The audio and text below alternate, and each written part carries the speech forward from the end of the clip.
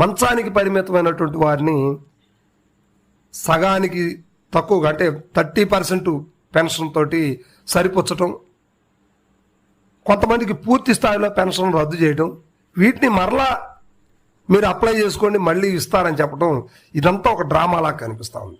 అవునంతే కదా.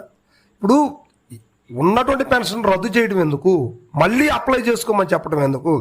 పార్టీ అంటే వైఎస్ఆర్సీపీకి అనుకూలంగా ఉన్నటువంటి వాళ్ళు నిజంగా గ్రామ సచివాలయాల్లో తెలియదా, గ్రామ నాయకులకు తెలియదా, అలాంటి వారి తీసేయాలి. అంతేగాని ఇక్కడ పార్టీతో పని లేదు, పార్టీని చూడాల్సింది నిజంగా ఎవరైతే ఇబ్బంది పడుతున్నారో, నిజంగా ఎవరైతే దివ్యాంగులు ఉన్నారో, నిజంగా ఎవరైతే మంచానికి పరిమితమైనటువంటి వాళ్ళు ఉన్నారో అటువంటి వారిని ఎక్కువగా ప్రభుత్వం గమనించాలి. అది ఏ ప్రభుత్వం అయినప్పుడు, వైఎస్ఆర్సీపీ కావచ్చు, టీడీపీ కావచ్చు, లేకపోతే బీజేపీ కావచ్చు, కాంగ్రెస్ కావచ్చు.